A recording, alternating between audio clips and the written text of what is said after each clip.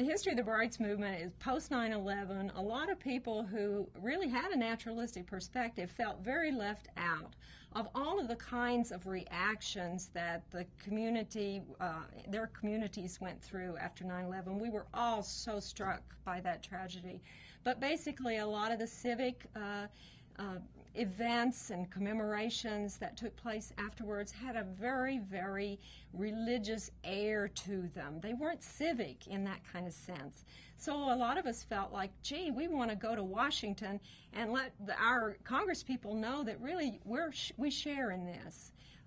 We're part of this society. We are Americans too. And that event was named, for unknown reasons, the Godless Americans March on Washington. And the reason it was called godless is because there was no real word that kind of captured the humanists, the atheists, the agnostics, the skeptics. How do you pull all these people together? What do you call them?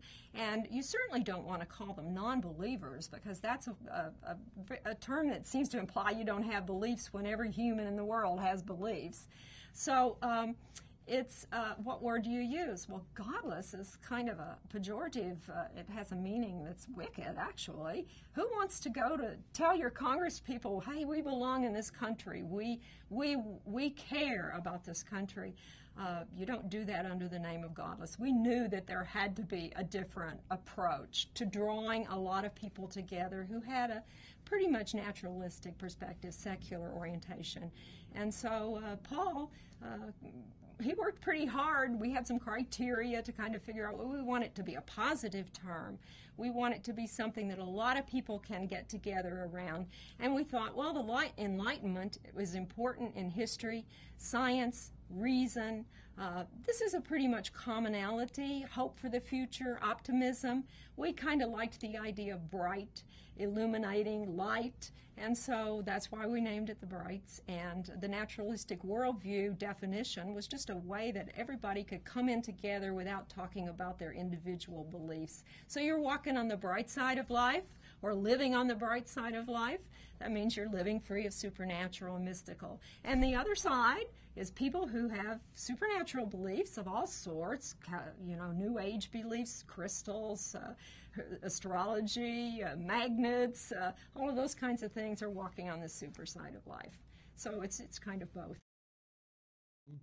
One of the things that started this whole Brights thing off was in the year 2002, late in 2003, the American Atheists announced a march on Washington of all the free thinkers in the nation, different kinds and different groups.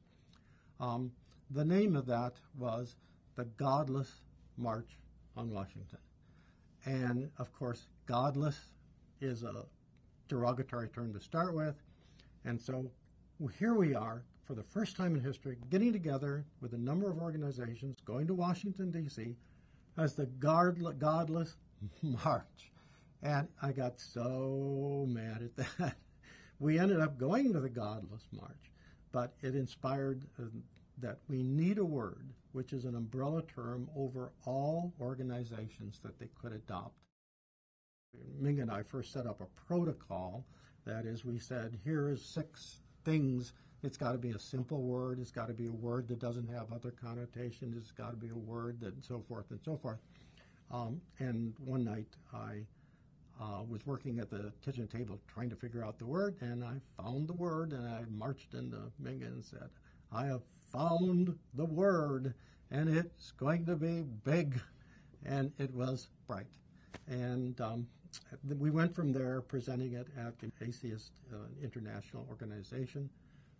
In the audience, serendipitously, was Richard Dawkins, was giving an award to James Randi, the magician, and Michael Shermer was in the audience. Ming and I presented a 10-minute PowerPoint, and all 3 were Brights on the spot, and that started the Brights.